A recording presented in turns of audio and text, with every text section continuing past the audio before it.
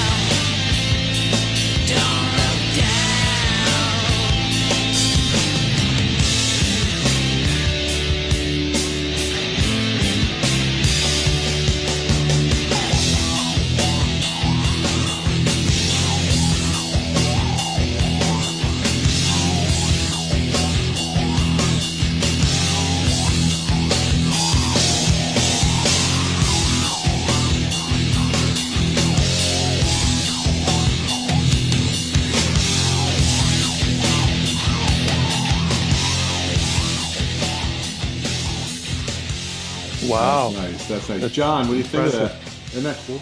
I like it. What year was this That's what I out? was going to ask. I can't remember for the life of me, but I that's a bootleg because I withdrew all music. I own all the copyrights. I pulled everything off. Oh, It was before the web really kicked off, 1999-ish, 2000. why did you do that? Because I wanted to make a complete, I mean, that is the least of the tracks we did. I mean, we did put out some really good stuff.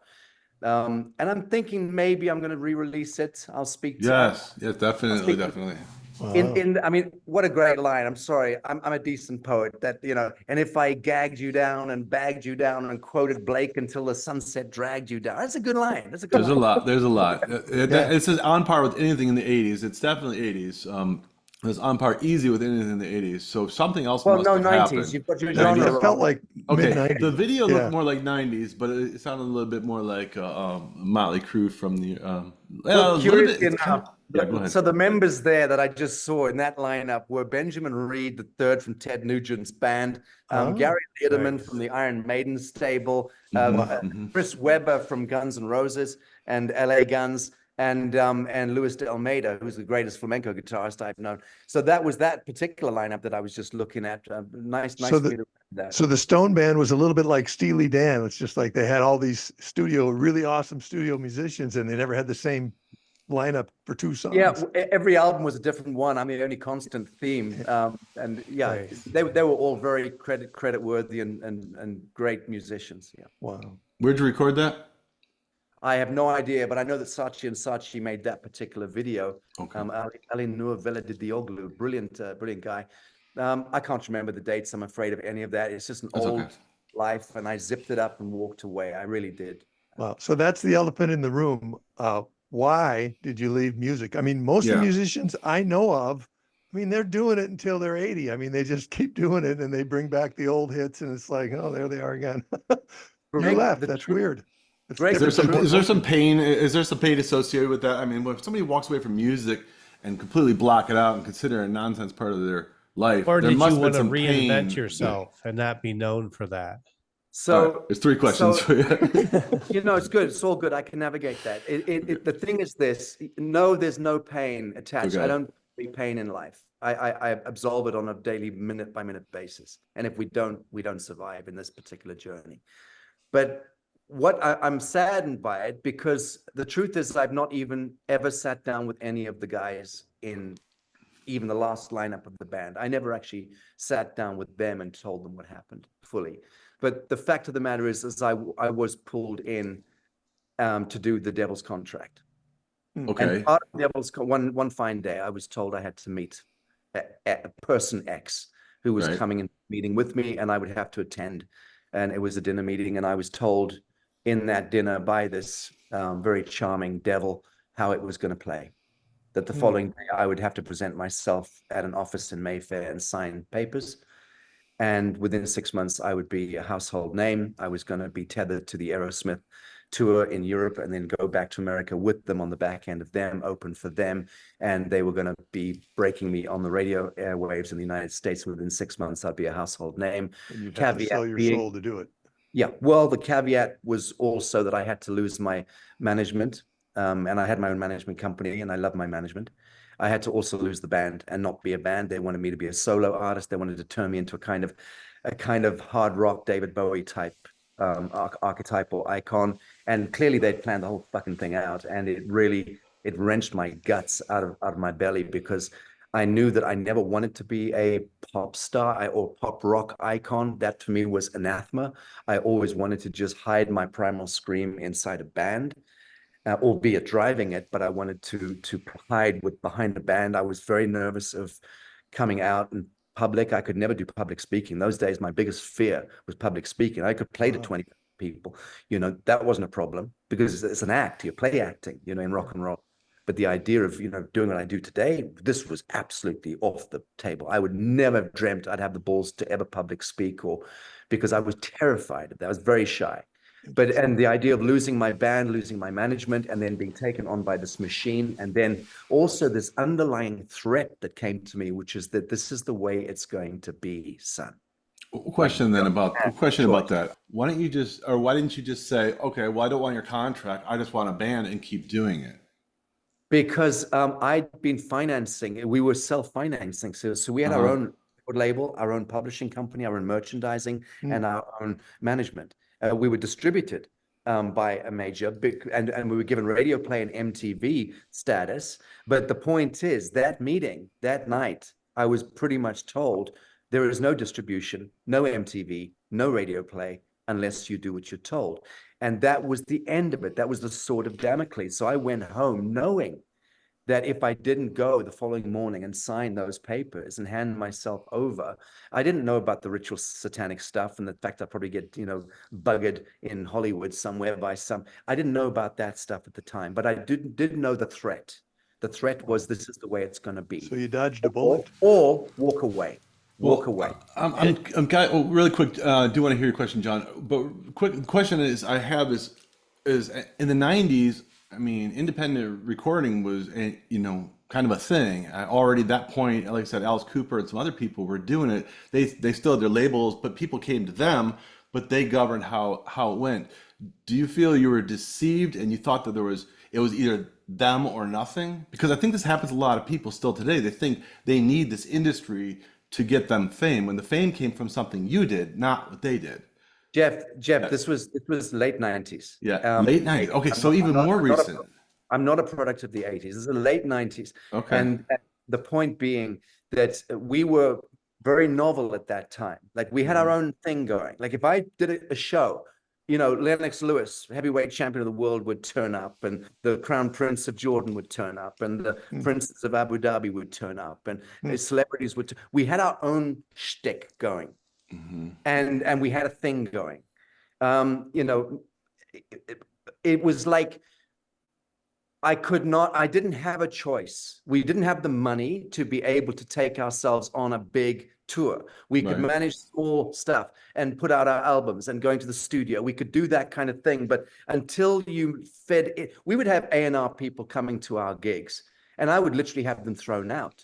So I'd say to my guys, find out whoever's A&R, whether it's Warner's or Arista or whoever the fuck they're, just escort them and get them out. I don't want these vapid pieces of shit coming in, because I'd sat through enough meetings with A&R guys to know how venal the music biz was, that these guys, coke snorting A&R guys, would come in 5 years younger than me, kids, and they would be the proxies telling us which songs to select and which. Get out of here. So I just had this complete vitriol towards being managed or controlled or handled, which has always been my thing. So yeah, I just think I was the wrong animal. And that's really why I had to fall on my sword at the end of the day. But I can tell you, there was a threat, and the threat was, this is the way it's going to be, or walk away. I understand. Okay. There was a real threat. Yeah, that's kind of what I was getting to. Very good. John, you had a question. If you don't have the radio play, Jeff, if you don't have the radio play or the MTV play, don't ask me what these thumbs up are on this happens on my screen all the time. Someone's hacked it. But these icons jump up on my screen in the middle of the most. It's coming up at the right time. Zoom AI agrees with you. You're not gonna get people to a gig, to a concert, to sustain yourself if you're blacklisted from radio and from MTV in those days. Okay. So I'm curious, you mentioned some big names who were working with you. Were any of those people, had they signed contracts? Were they all totally They were all free contract, agents? that I do know. They were all variously guns. I mean, they would have to leave you too then, if they were under some obligation to somebody. No, those guys were all kind of hired guns. Those were guys who were very established in the music biz in their way, and they would move around. They liked my sound, liked what I was doing. We got it together, did an album, did a tour, whatever. But it wasn't organized in a normal way. I know that after the Stone ban, I know that it became the thing, as Jeff alluded a moment ago. It became the thing to become an independent after my era. And then you started seeing these big guys saying, fuck it, we're going to control everyone. Guys, and we're going to control this. Yeah. Wow, what a mess. But today, I think it's different for musicians. You really don't need to go to the industry. John and I worked for a company for a short while that was affiliated with the 5 major record labels and MTV. And that industry basically governed everything. It was kind of the time of Napster and all that, where everything was trying to break off to be independent. Now it's completely independent if you want it to. The people are taking, putting on the contracts, they're getting money, the record companies getting money from the live performances. That was never a thing back in the day. So it's completely different industry. And anyone that falls for this today, I mean, they're very deceived, very young people, very green, because there's no reason for it. You can totally make your own career in the industry now. I'm Jeffrey, convinced of look it. at Puff Daddy today. Look at what's Yeah, happening. yeah. Look at Clive. Look at Clive Black. Look at these other innocuous, I mean, not sorry, innocuous, egregious creatures that used to run the music business. Clive Black is no saint. He is not a nice creature. He might be in his early 90s right now. That is a nasty piece of work. And there are a number of characters like that who are very dark, very egregious, very nefarious, that were absolutely alpha omega governing the music business back in the 80s and the 90s and possibly into the 2000s until this new independent thing really gathered its own momentum courtesy of social media. So do you maintain contact with all these musician friends you have? And do you have any desire to get back into it at all in any way, like just as a composer? I'll tell you that about I don't know, about 10 years ago, I was approached by a promoter who said they wanted me to reform the Stone Band for a huge amount of money and come to Russia and headline the Moscow Festival of Speed or something like that. I can't remember what it was, but it was like, it was a lot of money, like more money in one gig than we probably generated in a year back in the day. And I thought, oh God. And I almost picked up the phone and reached out to some of the guys to say, and I thought, no, Stone, pull yourself together. You don't do this for money. Besides which, I would have embarrassed myself. I mean, the kind of vocalizing that I did was very hard and very raunchy, and it would tear my throat out now to try and sing unless I had 6 months of warm up. So I thought, no, fall on your sword and walk away. But I've thought about doing a kind of Leonard Cohen thing because I'm a poet at heart. Yes. More than anything, Carry it on I'm a to your poet. retirement. That's what musicians need to be doing. Exactly. And- Find a new style. Just carry it on into the twilight years. That's what I think. But I still regard myself as in the cut and thrust. I still regard myself as tremendously sexually charismatic. And, I totally agree with that one. you're supposed to talk when I stop. I But don't the have an point is, opinion. I don't feel old. I actually feel I'm in my prime. So it's crazy that I'm not actually jumping on a stage now. No, but you could do something raw and still kind of strike the heart and don't throw your back out at the same time. There are ways to do it. Well, okay, so you got a lot of things going on, but John, you had another question about that. I want to make sure that you asked it if you had something. It was pretty much answered. I wanted to just reiterate. Even in the '90s, independent was hard to break through. It was in its infancy, and even now, even if you try it now, there's only so much you can do. It's a difficult way. Yeah, go. but you could. All right, I agree. You can so do if you're it, trying to break into the but industry, how- yes. how But if you're it could trying to be break into the minute, hearts of if you're people, one- just do it. Depending on what your goal and audience reach is, it's still hard. There's a certain rock and roll thing with truth and disclosure and frontline activism. I mean, Van Morrison, the great Van Morrison, reached out to me on the eve of my my tour, Arise Resurrection tour that I did in the United States in 2021. This was just to come out after the COVID lockdowns and really blitzkrieg through America, Middle America, and galvanize the top advocates and for liberty and freedom and truth and disclosure, which I did with Robert David Steele, the former CIA guy, and it was it was a big thing that we did. It was meaningful. That Arise Resurrection tour. It was a shit show as well, but on the eve of doing that, and it was a brave thing to do at that time, and it got 6 people on our tour killed. So it's not a joke. It's no joke. It's no laughing matter. It was serious, and we knew it was dangerous. But on the eve of that tour, before I left Bali and flew to the United States to start the tour, Van Morrison reached out to me, and I had maybe an hour on the phone with him on a Skype call. And he was incredibly kind. to me, and he bigged me up and said, you know, you're my hero, and you know, we love you, and we watch everything you do. And I've never met the guy. I did once many years ago, but he would never remember that in the flesh. And he basically really bigged me up and said, you know, do what you do. It's rock and roll. It's frontline. It's beautiful. It's meaningful. And I walk away with that and thought, yeah, you're right. You know, there I'm talking to one of the great legends, and he's telling me I'm rock and roll. You know, and I'm not known for rock and roll. No one knows on it. If there's any allusion to my music, it's always a piss take. It's someone throwing a rock at me and saying, oh, he's a failed musician turned truther because he couldn't hack in the music business. Of course, that kind of nasty shit happens. No, we were a world-class stadium rock band, and we, you know, we were really good. But I had to walk away from that, and I find myself now completely lost to music, to song, to lyric. But I've found it in a different way, and the muse comes to me. You know, if I'm standing on a stage, I don't need to be scripted. I'm one of the few people that doesn't need to be scripted. I can stand on a stage and talk for 3 hours, and it will make sense in the end to people of truth and people of honor. So I know I've got the muse with me, and it never left me. In that sense, it just changed shape, you know. Hey, if you like these kind of conversations and you'd like to see more, click like and subscribe to our channel. And if you're at the computer and you'd like to hear the whole podcast, click right here.